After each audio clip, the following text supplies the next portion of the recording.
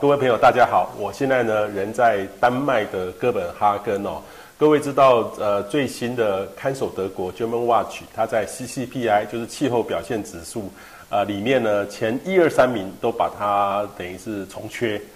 但是第4名就是所谓的第1名就是丹麦，丹麦。我现在人就在丹麦的哥本哈根，我要来好好了解为什么丹麦这个国家它的气候的表现这么的好，而且呢，其实各位知道，现在我们很多的再生能源其实都来自于丹麦哦。为什么丹麦这个国家？难道它从小就是风车吗？然后就开始孕育出气候变迁，还是有什么样的原因？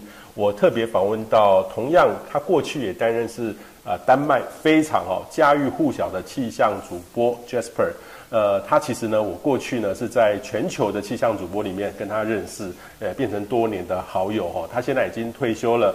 他过去呢是在这个丹麦的政府的民航局工作上班，也在政府的 DMI 就丹麦的气象研究所上班。然后后来呢，在1990年转战到电视台。其实他就像是我们台湾的人力鱼一样，做过气象主播长达28年，28年。那5年前他退休了，变成是一个自由身，也当了阿公所以我今天特别到丹麦来找他，他也很快的就会答应我要来接受我的访问。Okay, thank you, Jesper. Nice to meet you again. Same here. Yeah, it's been a few years ago we met last time. Yeah, I remember we met in Brussels. In Brussels, yes, and in Paris. Yeah, Paris. Yeah. And very nice to meet you again. And just I know because in Taiwanese, watch out the Germanwatch, CCPI, the climate performance, and we are the not so good. And however, the number one in their performance, Denmark is the number one, ranking the number one. So I'm wondering, what do you think that Denmark start talking about climate change seriously? What's the reason you are the number one? Many years ago, we had a school in western part of Denmark. A school with, I think we were back in the 60s, 70s. The flower power and the hippie time. And there was some who built a windmill because they thought wind is power and why don't we use it? A lot of people laughed. It was a very beautiful windmill with red and white stripes and so on. So it was very, very, very beautiful, and as far as I know, it's still there. That was actually the first time wind power was discussed as a possibility of actually green power. And there was some engineers in that process, and afterwards they began thinking, should we make a company? And as time goes by, it became quite a big company, and actually it is the beginning of Vestas, which is one of the biggest companies. Austrade. Yeah, Austrade. Yes. And from that time, wind power was a part of the Danish idea. We then had a minister for environmental issues, Svend Auken, and he was very fond of this wind power and the green power, because we should get rid of the fossil fuels, and so he was actually one of the first ministers here in Denmark who saw that that will be the way, the path we should go on. That was back in the 90s. At that time, I began thinking, I agreed with him. So I thought this will be a problem with the climate if we are not doing anything. So we began discussing this stuff from IPCC and the COP meetings, which began in 1995. And from that time, Denmark was in front of it, because no one else thought that wind power could be a part of the solution. but we have a lot of wind here in Denmark. That's always blowing, and we have storms, and we have very often quite a lot of wind. So it was obvious that we could improve that part of our, let's say, power production. Mm-hmm. So, and we had also at that time all the environmental discussion. We have pollution from chimneys, and we have pollution from chemicals, and there was a lot of discussion. What are we going to do? We could all see that we could not go on like that. Mm-hmm. So due to this bright guy, Svend Auken, was the minister, we actually began thinking we must go a clean way. Mm-hmm. And therefore, both on wind and also sun, as time went on, sun became also a part of it, but also all the environmental stuff, the clean water, and we knew that it was important. So a lot of companies and universities began studying what are we going to do with the environmental. We must have clean water, and you can bath in the Copenhagen harbor. It's the water is clean. So that was back in the 1990s. It really began, but the first thoughts was back in the 60s, 70s. Okay, so very long times ago, yeah. The Prime Minister. Yeah, no, it was not a Prime Minister. It was environmental and minister. Okay, minister changed the philosophy of the Denmark. Yeah, he changed it, and it was, some people laughed of him, but he went on. He was very powerful. His niece is a part of the government at the moment, and I know her quite well. And she always say that Sven, his uncle Sven, was the one who brought her to this, and he brought her, and he brought a lot of other people to the knowledge that the climate was and the environmental stuff should be very, very important. But it took years, even in Denmark. Okay, so his background, he's a politician, not the background from science or meteorology or climate. No. He was a politician. Politician. Yeah. Okay. But he knew that this should be and would be important for the future. It's 25 years ago. Oh yes, and more. Probably back in the 90s. 1990. Yeah. Oh, really? He negotiated the Kyoto Protocol in 97 for Denmark. Yeah. It changed a lot. Yeah. Just I know that because the Denmark right now is a world leading country in the wind power industry. Yeah. For example, everybody knows CIP, Copenhagen Infrastructure. Yeah. Yeah, and also Austrade. Yeah, we have Vestas, and we have Siemens, which actually is German, but they are building windmills in Denmark, and so we are quite famous. So, but most of people think the windmill is in Netherlands. No, it's different, right? Yeah, but history. When we go back in history, there was two type of windmills back in the 14th, 15th century. And we had a Danish one and a Dutch one, but the Dutch one was the best.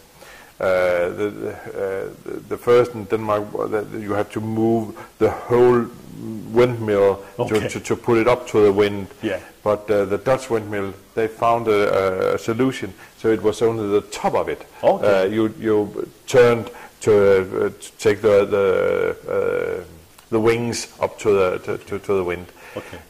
So the Dutch engineers was the best. So we calling them the Dutch windmill, actually. Really? In Denmark, So but that was the old ones. Now we have newer. Okay. So I'm wondering, such kind of industry is encouraged by the government, all the was formed by the private industry? Because such this kind of industry is not easy to do because you are world leading now. At the beginning, there was quite a lot of money from the government to support this new industry. And I'm quite sure that quite a lot of money went that way. But today, the industry can make windmills without any support from governmental money. It is cheap, and they are selling it worldwide without any money from the Danish government. There might be some others when they're selling windmills in China or Austria or USA or whatever it might be. There might be governmental money from there. I don't know. But the industry in Denmark is without money from the government. Yeah. So right now you export the wind industry to the globally, in all over the world, and so you are Denmark people is very proud to do that, right? Oh yes, we all know that the wind industry are giving a lot of money and work in that industry. So we're quite happy with it. There are some criticism in industry because we know that windmills are made of some chemical stuff which we have to find a solution for. Because when the windmills are getting old, we have to put the windmills down and set up new ones. But what are we going to do with the old ones? As far as I know, they have found a solution for that, but it will take some years before it's improved. Okay, in Taiwan, I'm also a weather presenter just like you, but I found most of people care, they are talking about the climate change. They concerned the climate change, maybe more than 90% of the people. However, no practical action at all. The problem is you should do something, yeah, we know, and do something, how to do, and no action at all. It's most of the people. Oh, we got off the poll. Even do you know the net zero plan of our government? Maybe 1 or 2% understand the government law, government ambition, policy about that. So I'm wondering, you are also a weather presenter, and you all are a very key person.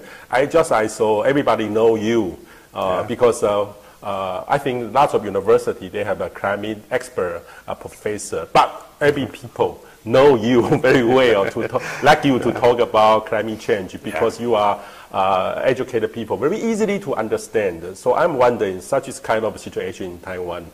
Everybody know, but when we talk more seriously, nobody care about this. No action at all. How can we do that?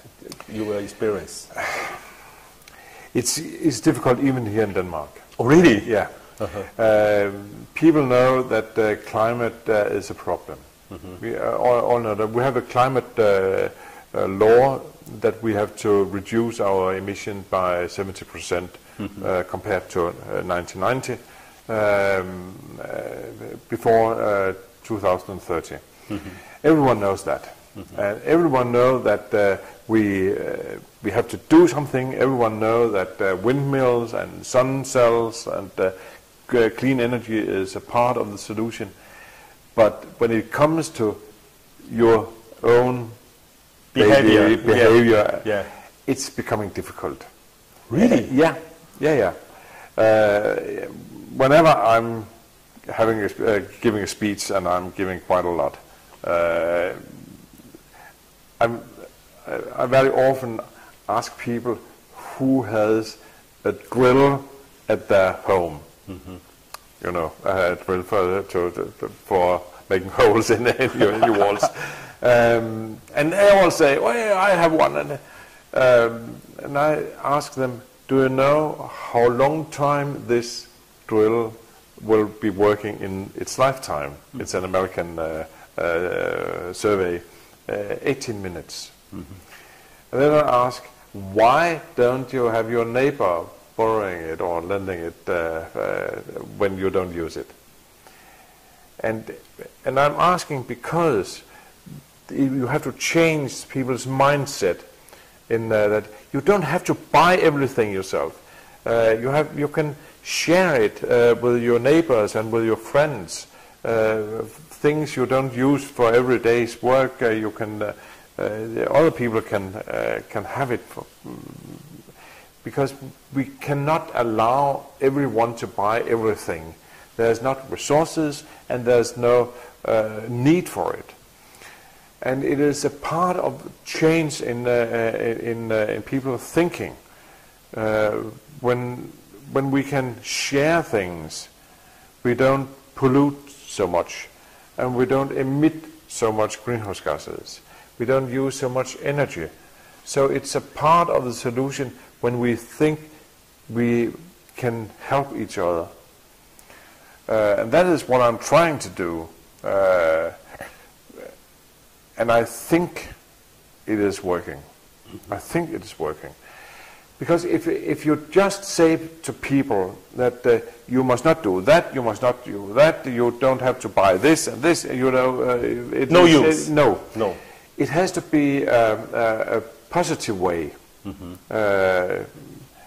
For example, also I'm talking about how does the world look like when we have changed, when we've been through the green transition, with clean air and not so much noise and fewer cars, and we know each other, we know the neighbors because we share things, and people can see that looks nice, it sounds nice, but to go there, the transition from here to there, they are very, very scared actually, because they have to leave their comfort zone with their life today. Nowadays life is easy. We don't have many problems. You have to pay and you have to earn some money, but our life is still quite easy. So to leave that, because we have to make a transition to something else, that is, you have to talk very good for them. But I think still that is the way to do it. Make a positive history of what we're going through and where we are going. Many people remember pollution from chimneys, pollution in cities, the air quality is bad, and so on. And I'm trying to talk to people, ask them, try to remember how it was once when there was so many cars and the chimneys were not polluting so much, and the environmental was better. Try to remember how it could be, and they all know that it looks nice, it sounds nice. I would like to have it that way. So a positive story, I think that is the best way to do it. Okay, interesting.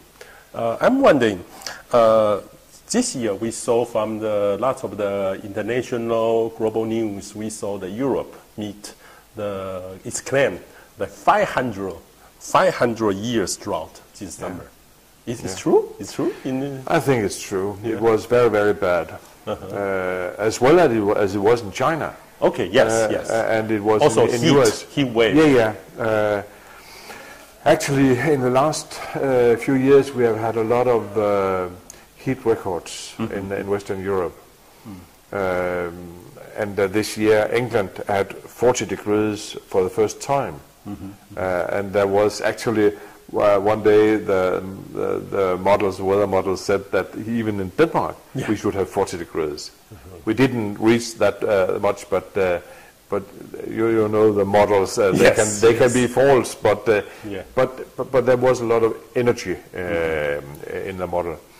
So this year it began with drought and high temperatures, and then we could see that the agriculture, especially in southern Europe, began decreasing. There was not water enough for all the stuff there on the fields. And then as the summer went on, then the streams went off water, and there was no water for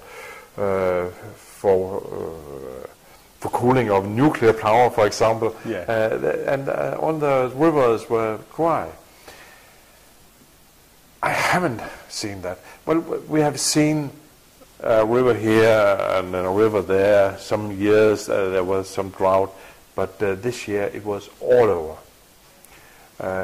So it was. It's been very, very bad, and frightening somehow, because is that the beginning of some new weather types, weather era? We don't know. You know, we have. You know, of course, that we have some ideas of how the climate will change our weather systems.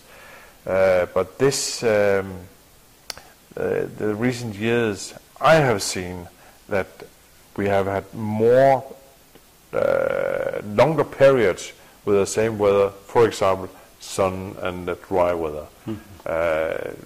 Longer periods which we haven't seen before. So it's going in the same direction, that the extremes will be stronger, heat will be higher, the drought will be stronger, the precipitation, when it comes, it will be harder and more intense, and there will be much more water coming down from the clouds. We saw it in Pakistan here, and Nigeria in Africa. I was last night. I was on TV talking about this, and there was a photographer, very famous photographer, together with me. He had traveled in Africa, in southern Sudan, where he had photographed all the water. I mean, southern Sudan is a third of this country is covered with water now. People are starving, and what can they do?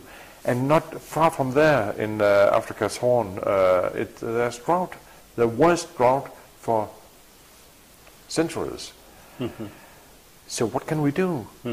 If the climate is changing our weather systems like that so fast that we cannot follow it, how can we compete with that? That is one of the biggest questions I see, and what I'm most afraid of actually is that our models and our prognosis are too conservative. Because if it suddenly change all over the globe, then we have to change a lot in a very short time. So I'm looking for to hear what they're going to do in COP27. It's not easy because I was there for the first week. And I saw it. Loss and damage is not to calculate. My loss is from the climate change. How to identify the real loss or the government loss, because the government they do not have a better infrastructure about an early warning system. So sometimes the government, it's not easy to calculate. It is the very difficult. But that was the first week. But I want to see some reductions for emission. But it's not easy because just maybe 10 or to 20% of I remember 20 countries just modify their NDC, national country determined contribution. And it's very small. Very small. We still we claim is 1.5 degree, but still warming maybe more than 2 or 3 degrees. I'm saying to everyone, forget 1.5. It's impossible. Impossible. Maybe you can see it in a theory that it can be done, but in the real world, forget it. Can we take 2 degrees? Okay, that would be a victory. But I still think that 2.5 at least will be the most with a great probability. Yeah. But only when I look at the world, we have the technology to do it. We know what to do, but are we willing to do it? No, that is the problem. Yes, because even we can see from the IPCC AR6 report, the pathway for the SSP is 119 is idealized. Yeah. Even the 119 scenario SSP1 still, although the long-term goal is 1.5 degree. However, in year 2050, still going up to 2 degrees. Of course, we still hope. Yeah. And I'm still trying to bring a positive story to the board, but I find it more and more difficult. Yeah. So right now, Europe is facing Russia and Ukraine's war, and lots of the news claim Europe will be very, very cold in this winter. Not the real weather, but it's the interruption of the natural gas. I don't know it's true or not, or it's from the news. So I'm wondering, because right now Denmark is a country that is very active in green energy. Is it the impact related to the other country will be smaller or not? This winter, maybe not the worst. Maybe not. No, because we have our gas storage and our storage for energy is quite high. Also, Denmark is okay. No, but also in Europe. Okay. But next winter. Next winter. Yeah. Next year. Yeah, next year. Really? I hear that people are afraid of the next one. The problem is that Germany. And others with Germany, Italy also, in some way, that they trusted Russia. They thought that if we share knowledge and if we have trade with Russia, they will be friendly. So. You remember the Fukushima catastrophe in Japan? When that happened, the people in Germany said to Angela Merkel, the Prime Minister, that we want to get rid of the nuclear power. So she said, okay, we are closing down the nuclear power, and when we've done that, then afterwards we will close the coal power. It should have been in the opposite way. First coal power and then nuclear. Because now Germany are facing lack of energy. And they are opening some coal plants again. They try to keep some of the nuclear power plants also. But Germany is very dependent on natural gas. As well in Italy and Spain, I think. In Denmark, we have biomass, which we're using. I'm not very fond of it, but they're doing it. And we have, of course, wind and some sun energy. We are going to. We also have some geothermal energy. Not very much, but it's coming up in the next couple of years. So we will survive. I'm a little bit afraid of what they're going to do in Germany, actually. We need Germany in the coalition against Russia. So I hope that we can have Germany in full strength. England also is a problem. They are now out of EU, but they are facing a very cold winter. Okay, so right now everybody thinks you will be very, very cold in Europe. No, it's okay. Yeah, this winter I think they are saying, the experts are saying that it will be okay this winter. Okay. But then we're using all the gas we have stored, and then we are going to use the next year to fill the gas. Oh my God! Yeah. That is how it's going to work. the lucky side could be that people now can see that we need to invest more in green power, in windmills and sun power, probably also water power and maybe nuclear power. The French will have more nuclear. The Swedish people will have more nuclear power. The Finnish also. I think in Denmark it will probably be more wind because that is what we have most. And then the idea is that Europe will be linked together with what we can send. When we have excess of energy, we can send it to Germany or France or Spain. So we are linked together. That will be a very nice idea. And it can be done. Okay. We have technology, but it takes time. Okay. I know you are retired. You know, that's in already 5 years, right? Yeah. Yeah. And but you know, when I came here, so I say later on I will meet Jesper. In the beginning, they say, Jesper, I show you a picture, your photo to that. Oh, it's Jesper! You are so famous here. So I'm wondering, what's your retirement life looks like? And because, do you still meet the weather a lot? I always look at the weather. Oh, okay. That's just an idea. But when I left television 5 years ago, I had my own company where I'm making speeches and making some work for companies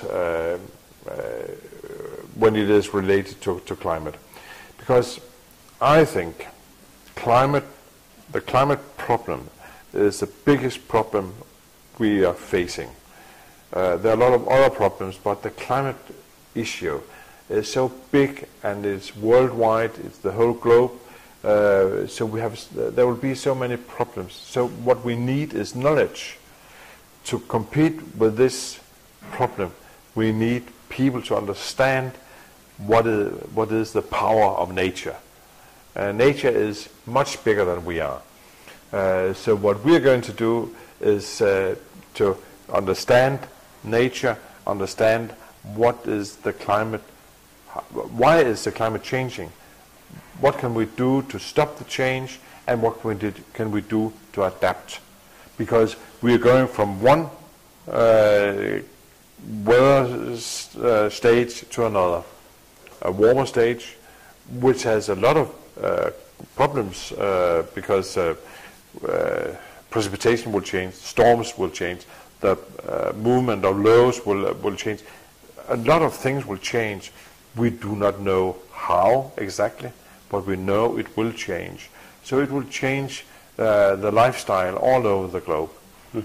And what we need to do, not only in Denmark but all over, is to understand and to help people in vulnerable countries, because they are facing the greatest problem. I mean, here in Denmark we have money, we have knowledge, we have everything, so we can adapt to a new situation. But in Africa, Southeastern Asia, Southern America, there are places where it's not possible. So what are we going to do with all these people? Can we help them so they can stay where they are, or can we help them to move to another place? We have the small island states in the Pacific, Tuvalu, for example. Can we make an arrangement where they can move to another place when the islands have been flooded? That is what we're going to talk about it. But the first thing is knowledge and to accept that this is the situation. Before you have accepted the situation, you cannot do anything. So that is where actually what I'm doing, and I've been done for now 5 years, and I think there work for me for the next years too. Interesting. So the weatherman is not retired at all. No. Okay. No. My wife says that I'm working too much. Okay, you work too much. And actually, probably in the future, I hope we can come to Taiwan to give us some talk to let us see the Denmark weatherman looks like. Yeah, could be nice. Yeah, welcome you to Taiwan. Thank you. Bye-bye. Thank you.